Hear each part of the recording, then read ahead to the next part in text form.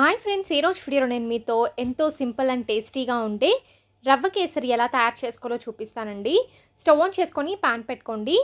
అందులో 1 table spoon నెయ్యిని వేసుకోండి. నెయ్యి వేడెక్కిన తర్వాత ఎండు ద్రాక్షాలని యాడ్ చేసుకొని ఫ్రై చేసుకొని పక్కన ఉంచుకోవాలి.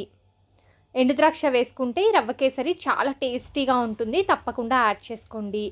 ఇవి వేగిన తర్వాత జీడిపప్పుల్ని కూడా యాడ్ చేసుకొని ఫ్రై చేసుకొని పక్కన ఉంచుకోవాలి.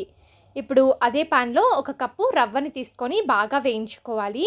మంటని లో ఫ్లేమ్లో పెట్టుకొని రవ్వని బాగా వేయించుకోండి. అప్పుడే రవ్వ కేసరి చాలా టేస్టీగా వస్తుంది. ఇప్పుడు ఇందులో వేడి వాటర్ని యాడ్ చేసుకోవాలి. నేను ఇక్కడ 1 కప్పు రవ్వకి 3 కప్పుల వాటర్ అయితే యాడ్ చేసుకుంటున్నాను. ఇప్పుడు మంటని లో టు మీడియం ఫ్లేమ్ పెట్టుకొని ఈ రవ్వని బాగా కుక్ చేసుకోవాలి. రవ్వ ఒక 50% కుక్ అయిన తర్వాత 1/2 కప్ చక్కెరని యాడ్ చేసుకోండి. మీరు తీపి ఎక్కువ తినేవారైతే 1 కప్పు వరకు కూడా యాడ్ చేసుకోవచ్చు. ఇప్పుడు వీటిని బాగా మిక్స్ చేసుకొని మూత పెట్టేసి 3-4 నిమిషాల పాటు లో టు మీడియం ఫ్లేమ్లో పెట్టుకొని కుక్ చేసుకోవాలి. మధ్య మధ్యలో కలుపుతూ కుక్ చేసుకోండి. నేనైతే ఇక్కడ ఎటువంటి ఫుడ్ కలర్ అయితే యాడ్ చేయట్లేదండి, మీరు కావాలనుకుంటే యాడ్ చేసుకోవచ్చు. ఫైనల్గా ఇందులో కొద్దిగా యాలకుల పొడిని కూడా యాడ్ చేసుకోండి.